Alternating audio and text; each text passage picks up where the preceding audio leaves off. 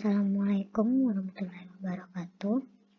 Baik kelas, saya akan menjelaskan materi mengenai input, output, dan periferal. Apa yang dimaksud dengan input-output? Jadi input-output ini merupakan struktur dari sebuah komputer atau bagian dari sebuah komputer yang fungsinya itu sebagai pintu gerbang bagi CPU agar dapat berinteraksi dengan lingkungan dan environment-nya sendiri. Nah, untuk environment-nya CPU ini ada berupa peralatan-peralatan lain di luar dari CPU. Contohnya ada peripheral dan user. Nah, kalau user ini sendiri lebih dikenal dengan pengguna atau kita, manusia. Sedangkan peripheral ini device atau peralatan yang berinteraksi dengan CPU melalui modul input-output. Nah, contoh peralatannya itu apa? Contohnya ada hard disk, kemudian ada CD-ROM, kemudian ada sensor, mouse, juga ada speaker. Pokoknya semua peralatan yang saling berkaitan atau saling berhubungan dengan CPU. Nah, jadi tanpa input output ini, sebuah komputer itu tidak dapat berinteraksi dengan lingkungannya. Nah, misalkan kita dapat gambarkan sebuah rumah yang tanpa adanya pintu dan jendela. Kalau tidak ada rumah tanpa pintu dan jendela, kita tidak bisa berinteraksi dengan dunia luar. Jadi tidak ada gunanya sebuah rumah. Karena dengan komputer tidak ada gunanya sebuah komputer itu jika tidak ada input-output device. Nah, kalau untuk input-output itu ada namanya modul input-output. Modul input-output ini merupakan peralatan antarmuka atau interface bagi sistem bus atau switch sentral yang mengontrol satu atau lebih perangkat periferal. Jadi, si modul ini tidak hanya sekedar modul penghubung, tetapi dia itu juga sebagai sebuah piranti yang berisi logika dalam melakukan fungsi komunikasi antara si periferal dengan bus komputer. Kemudian kita lanjut. Nah, ini adalah periferal. Periferal itu apa? Periferal itu merupakan semua jenis device atau peralatan yang berinteraksi dengan CPU melalui modul input-output.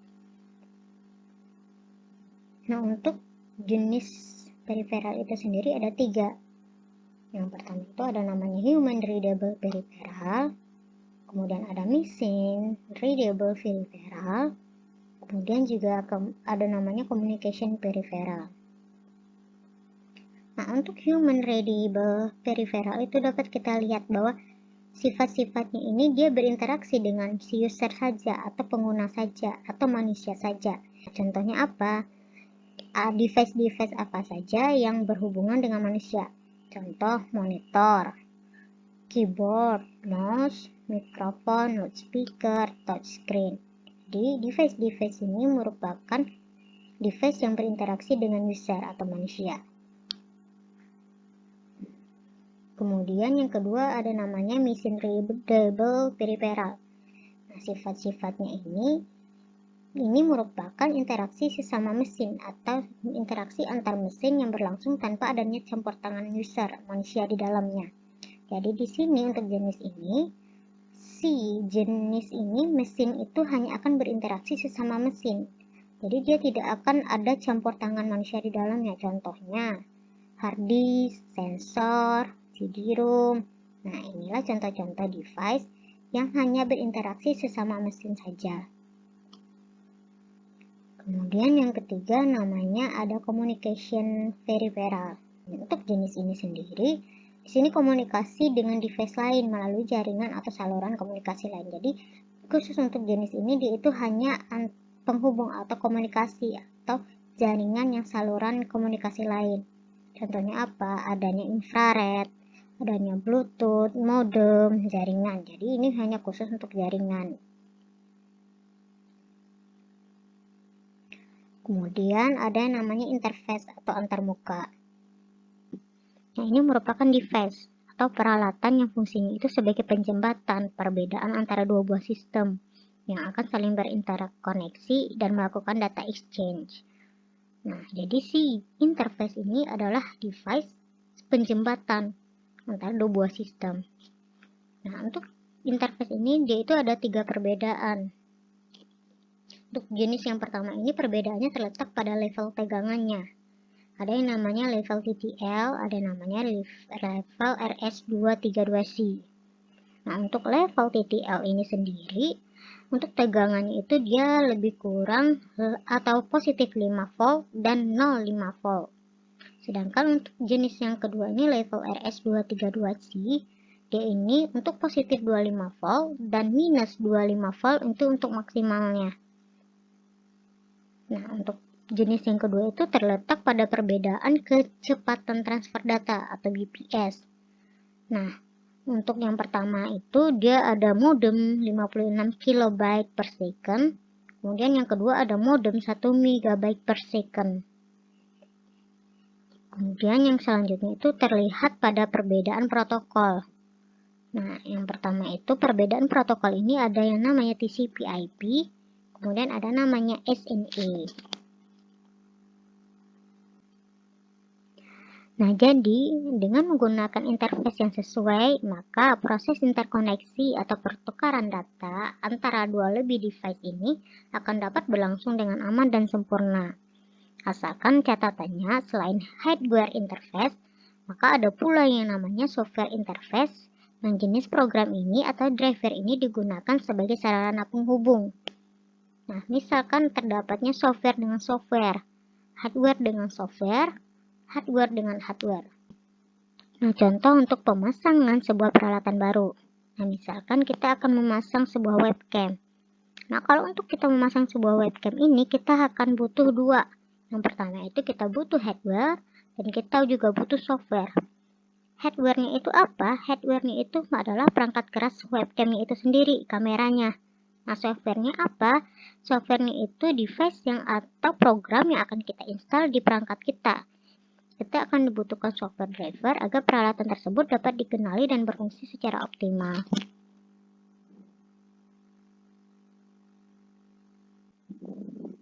Nah, ini merupakan gambar dari modul input-output. Nah, dapat dilihat pada gambar bahwa modul input-output ini berkaitan atau saling berinteraksi dengan bus system dan saling berinteraksi juga dengan peripheral lain.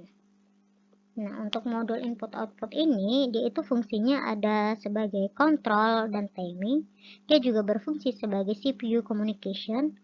Dia juga berfungsi sebagai komunikasi device atau komunikasi peralatan lain.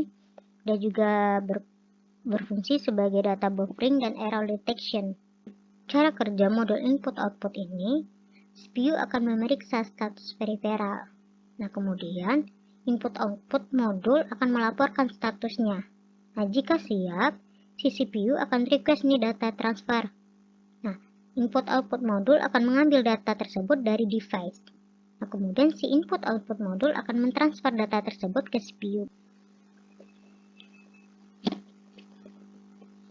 Nah, ini merupakan diagram dasar dari sebuah modul input-output. Jadi, disitulah dapat dilihat cara kerja dari input-output. Dia akan berinteraksi dengan namanya sistem bus, ada di sana address line, data lines. Kemudian dia juga akan berinteraksi dengan control register, data register. Dia juga akan berinteraksi dengan data status, external device interface logic. Nah, disitulah fungsinya modul input-output, di mana dia ini merupakan pengontrol atau penghubung antara peranti logika yang fungsinya itu untuk peripheral dan basis komputer. Nah, ini merupakan gambaran dari diagram dasar sebuah peripheral. Nah, yang ini dapat dilihat pada gambar. Kontrol logika ini dia akan memberikan statusnya ke modul input-output. Nah, kemudian modul input-output akan memberikan kontrolnya kepada kontrol logika.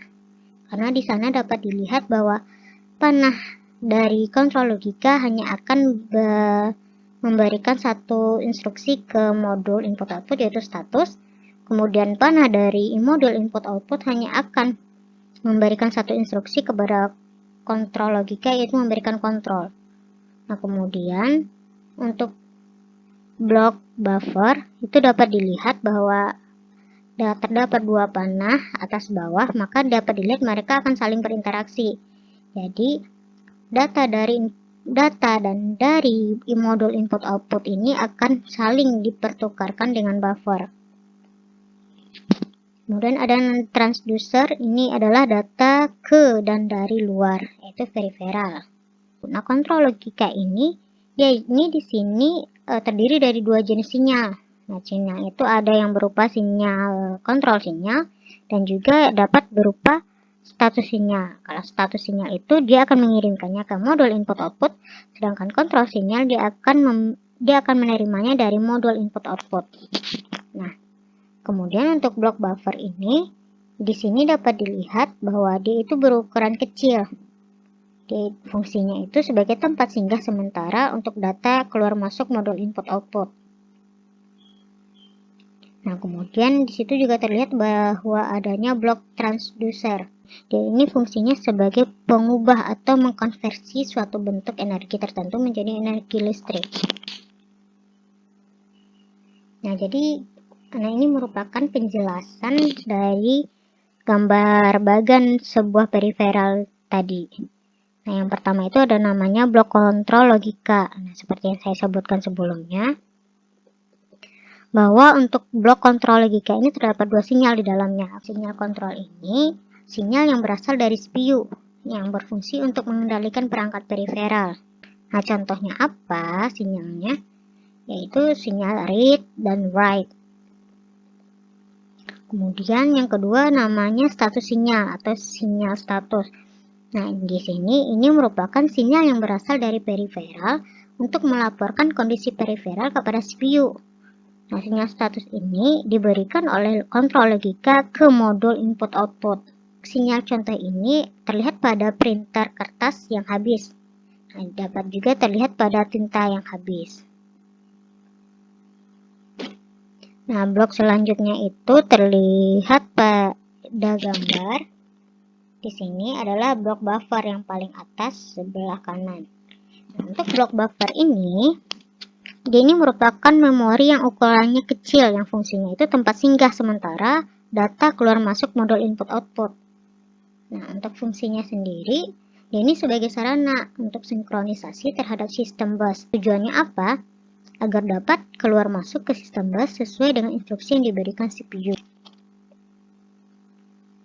Nah, blok yang terakhir ini ada transducer. Nah, transducer ini merupakan blok yang berada di bawah buffer tadi. Nah, transducer ini adalah alat yang berfungsi untuk merubah dan mengkonversikan suatu bentuk energi tertentu menjadi energi listrik. Nah, contohnya apa? Contohnya adalah yang pertama itu solar seal, adanya load seal, teknometer, kemudian adanya potentiometer. Nah, kalau solar seal itu adalah perubahan energi cahaya menjadi listrik. Nah, kalau load seal itu merubah tekanan menjadi listrik. Tachometer itu merubah gaya akibat putaran menjadi listrik. Kemudian yang terakhir itu ada potentiometer, merubah posisi menjadi listrik. Jadi transducer ini alat yang berfungsi untuk merubah atau mengkonversi semua bentuk energi menjadi energi listrik. Kemudian ada namanya sensor. Nah, sensor ini alat yang berfungsi untuk mendeteksi keberadaan suatu bentuk energi atau objek tertentu. Nah, contoh sensornya fototransistor, kemudian ada namanya termostat. Nah, kita masuk ke teknik penanganan input-output. Untuk teknik penanganan input-output ini ada namanya program input-output, kemudian ada interrupt driven input-output, kemudian ada namanya DMA input-output. Yang pertama ini program input-output. Nah, jadi pada input-output terprogram ini, di sini data saling dipertukarkan antara CPU dan modul input-output. Nah, di sini CPU ini mengeksekusi program yang memberikan operasi input-output kepada CPU secara langsung. Jadi, seperti pemindahan data, pengiriman baca maupun tulis, dan monitoring perangkat. Kelemahannya apa? Di sini itu CPU akan menunggu sampai operasi input-output selesai dilakukan modul input-output sehingga akan membuang waktu apabila si CPU lebih cepat proses operasinya. Jadi dalam teknik ini, si modul input-output tidak dapat melakukan interupsi kepada CPU terhadap proses-proses yang diinstruksikan kepadanya. Jadi seluruh proses itu ditanggung oleh si CPU sampai operasi lengkap dilaksanakan.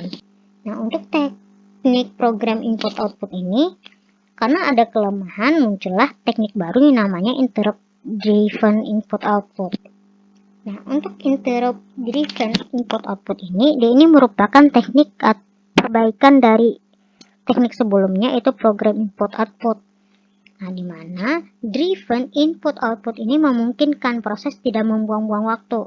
Nah, di mana proses yang membuang waktu ini merupakan ciri khas dari teknik sebelumnya, yaitu teknik program input-output.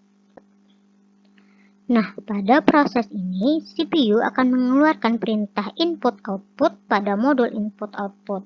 Nah, bersamaan dengan perintah ini, dijalankan modul input-output, maka CPU akan melakukan eksekusi perintah-perintah lainnya.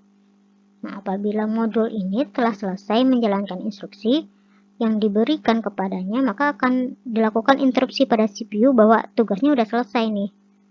Nah, akan tetapi, di teknik ini dia juga mempunyai kelemahan atau kendala, yang dimana di teknik ini perintah masih menjadi tanggung jawab CPU.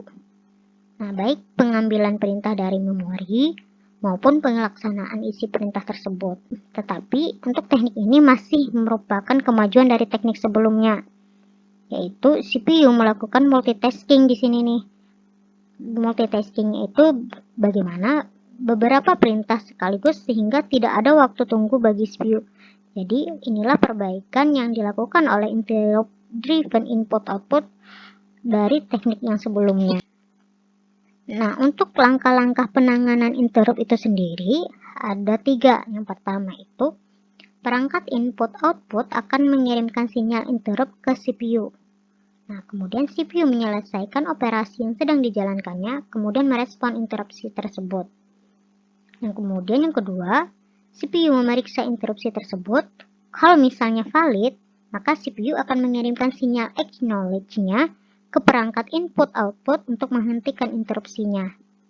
Nah, selanjutnya langkahnya, CPU akan mempersiapkan nih pengontrol transfer ke routine interupsi. Nah, hal ini dilakukan adalah menyimpan informasi yang diperlukan untuk melanjutkan operasi yang tadinya dijalankan sebelum adanya interupsi.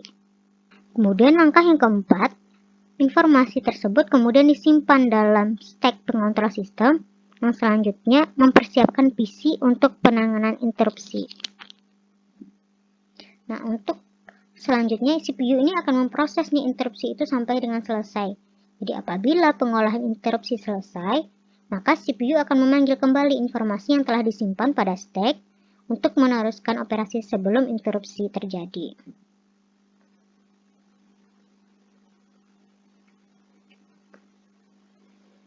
Nah, ini merupakan metode penanganan interrupt. Nah, untuk metodenya itu sendiri, itu ada 4. Yang pertama itu multiple interrupt lines, kemudian ada software pool, daisy chains, arbitrary bus. Yang pertama, multiple interrupt lines. Jadi untuk teknik ini merupakan teknik yang paling sederhana. Kenapa? Karena menggunakan saluran interupsi yang berjumlah banyak antara CPU dan modul-modul input-output. Nah, namun tidak praktis untuk menggunakan sejumlah saluran bus dan pin CPU ke seluruh saluran interupsi input-output.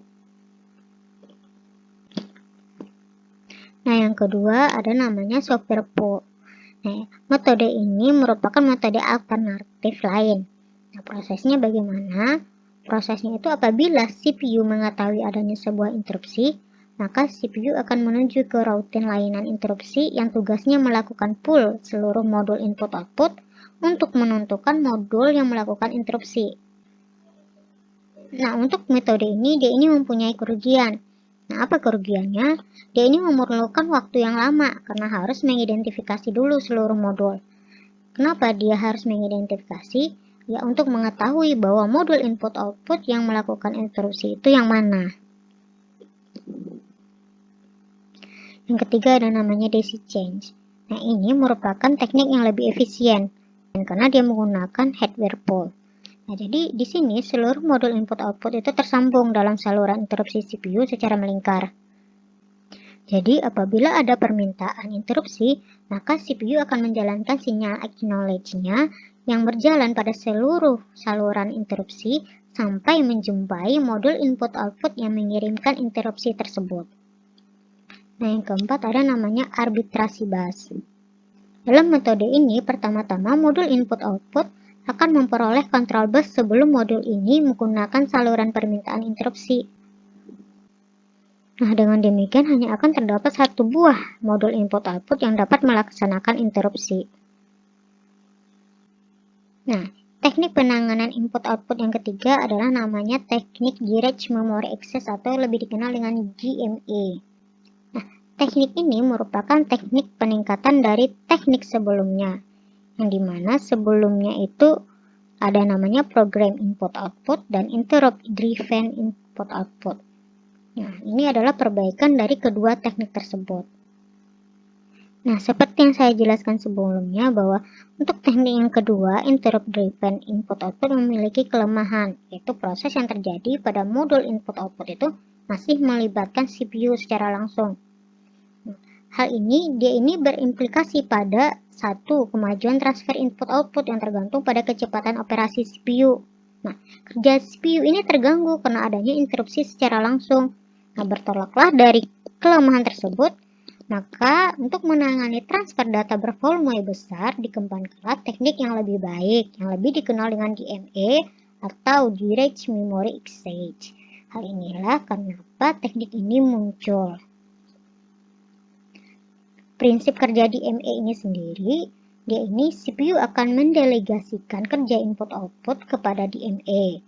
Nah, CPU hanya akan terlibat pada proses awal saja untuk memberikan instruksi lengkap kepada DMA dan proses akhir saja.